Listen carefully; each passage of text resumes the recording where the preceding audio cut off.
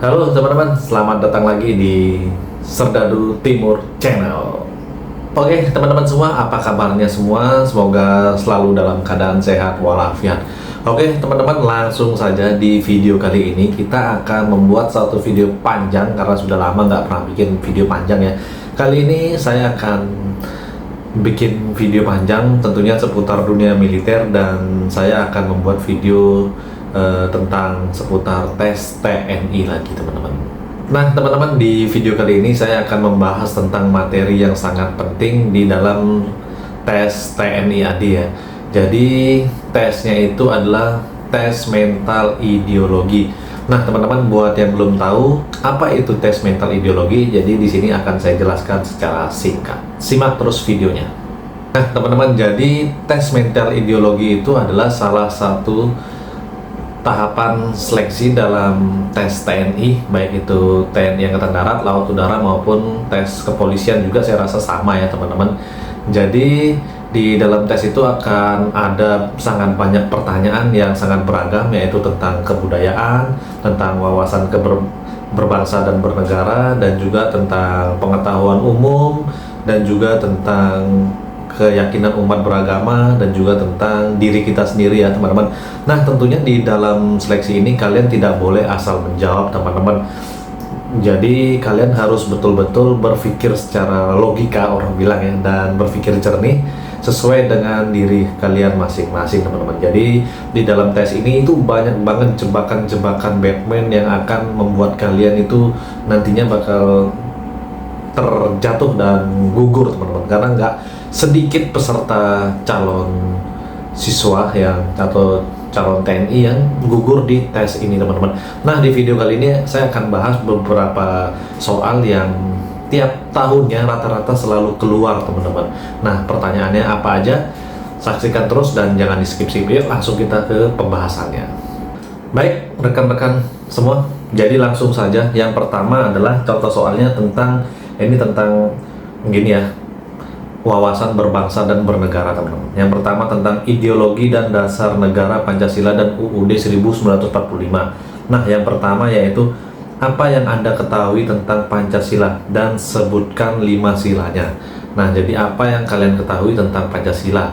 Jadi jawabannya itu seperti ini teman-teman. Pancasila itu sebagai dasar hukum negara Republik Indonesia ya. Nah jadi seperti itu jawabannya teman-teman. Dan sebutkan 5 silanya, yaitu Pancasila kan ada 5, kalian sebutkan aja dari ketuhanan yang Maha Esa sampai yang ke nomor 5 seperti apa teman-teman. Jadi yang kedua, apa makna pembukaan Undang-Undang Dasar 1945 alinea pertama hingga keempat. Nah jadi contoh kedua tuh soalnya seperti itu. Kalian bisa searching aja di Google untuk jawabannya ya teman-teman. Di sini saya nggak jelaskan jawabannya biar nggak terlalu panjang. Kemudian bagaimana pendapat Anda jika ideologi Pancasila diganti dengan ideologi lain?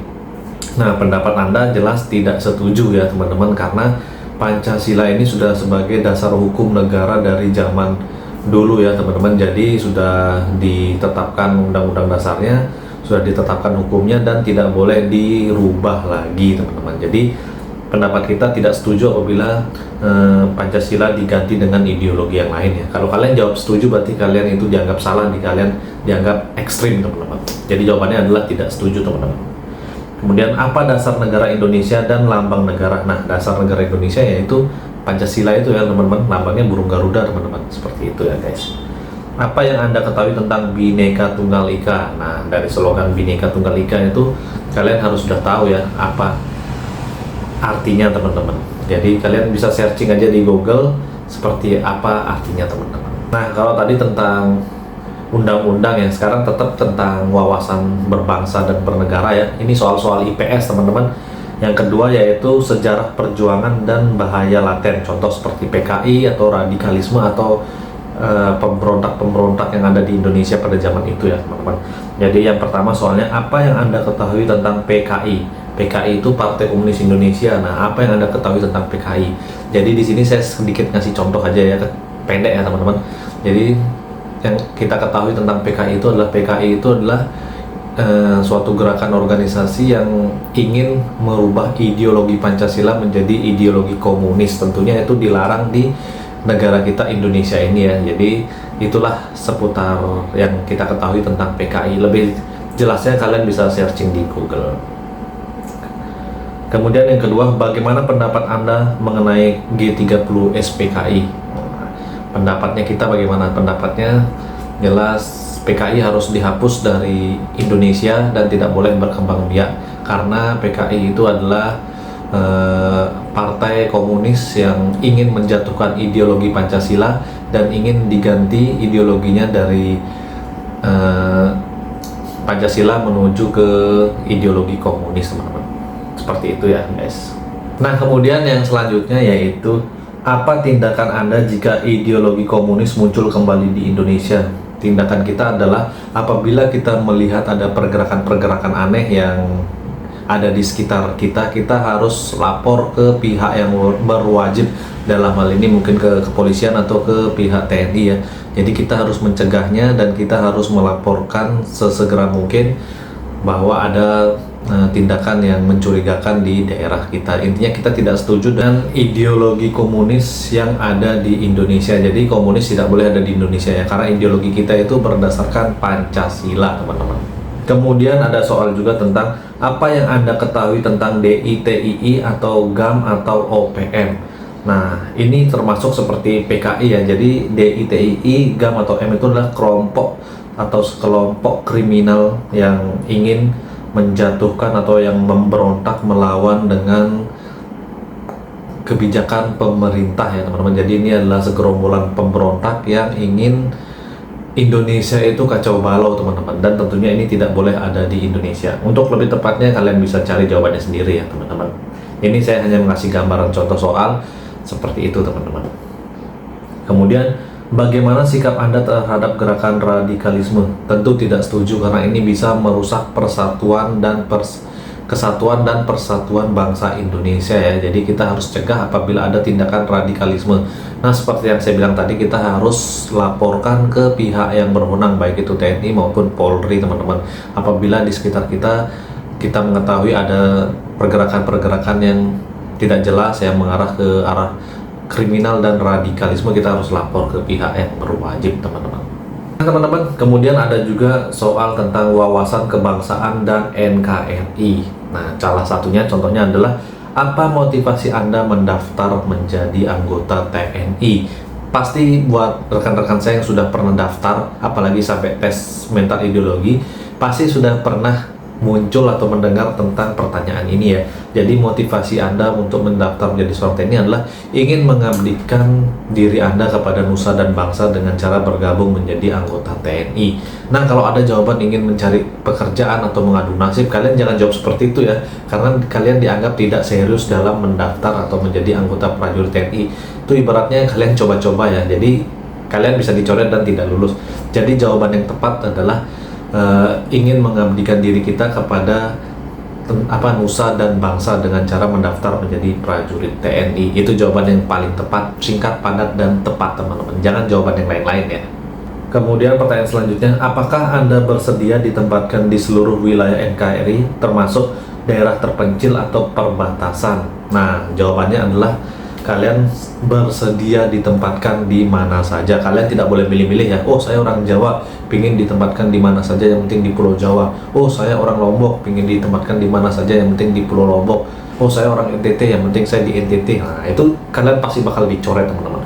Karena kita adalah Tentara Nasional Indonesia. Dari Sabang sampai Merauke, dari Aceh sampai Papua, itu masih dalam lingkup Indonesia. Jadi jawabannya, saya bersedia ditempatkan di mana saja karena saya ingin mengabdi kepada nusa dan bangsa ya melalui TNI. Itu jawabannya, teman-teman. Kemudian lanjut lagi, apa yang Anda ketahui tentang Sabta Marga dan Sumpah Prajurit? Nah, kalian cari aja ya jawabannya di Google, teman-teman. Zaman sekarang sudah canggih. Intinya saya kasih gambaran soal-soalnya aja. Kalau bisa jawab saya jawab, kalau saya kurang takut salah ya teman-teman memberikan informasi, jadi kalian cari sendiri. Intinya saya kasih sedikit bocoran soalnya, teman-teman. Nah, Sabta Marga dan Sumpah Prajurit itu adalah ibaratnya seperti Pancasila ya, seperti ideologi dasar. Nah, jadi kalau di tentara itu ada yang kita itu selalu memegang 3, teman-teman, yaitu Sabta Marga, Sumpah Prajurit, dan 8 wajib TNI, teman-teman. Nah, untuk isinya apa kalian bisa searching aja, teman-teman, biar nggak kepanjangan. Yang selanjutnya yaitu bagaimana sikap Anda mengenai pergaulan bebas dan narkoba saat ini. Tentunya jawabannya adalah, ini pribadi saya ya, sangat miris teman-teman, dan sangat tidak setuju. Karena pergaulan bebas itu bisa membuat kita menjadi salah, udah pasti salah pergaulan, dan itu melanggar norma agama. Dan yang kedua juga membawa penyakit kelamin yang sampai saat ini tidak ada obatnya teman-teman. Dan juga narkoba bisa merusak generasi masa depan, merusak pola pikir anak-anak muda, dan bisa menghancurkan negara. Jadi kita tidak setuju dengan pergaulan bebas dan narkoba di lingkungan kita. Harus diberantas teman-teman sampai ke akar-akarnya. Jadi jawabannya tidak setuju ya teman-teman. Kemudian bab selanjutnya yaitu tentang agama dan kepribadian masing-masing. Yang pertama, bagaimana sikap Anda jika diminta memakan makanan yang diharamkan agama saat dalam tugas di hutan? Nah, dalam tugas di hutan ya, ini konteksnya di dalam hutan ya teman-teman ya. Yang namanya di hutan pasti kan jauh dari masyarakat, jauh dari perkampungan, kerumunan, apalagi warung ya teman-teman. Nggak mungkin ada yang jualan makanan di hutan teman-teman. Nah, khususnya kita yang beragama muslim kan tidak boleh memakan daging anjing, daging babi, dan yang hewan-hewan buas itu ya teman-teman. Jadi di sini kita, bagaimana sikap Anda jika diminta memakan makanan yang diharamkan agama saat di hutan ya. Sikap kita harus netral ya teman-teman. Kita nggak boleh fanatik. Di dalam agama saya sendiri, agama Islam, itu kita dibolehkan apabila kita memang terdesak ya, memakan makanan yang non halal seperti babi, anjing, dan lain-lain, karena situasi yang mendesak. Karena kalau kita tidak makan, kita nanti bakal mati teman-teman. Jadi kalau situasinya di hutan, kita diperbolehkan makan makanan yang non halal atau yang diharamkan oleh agama kita, khususnya agama saya ya, agama Islam teman-teman.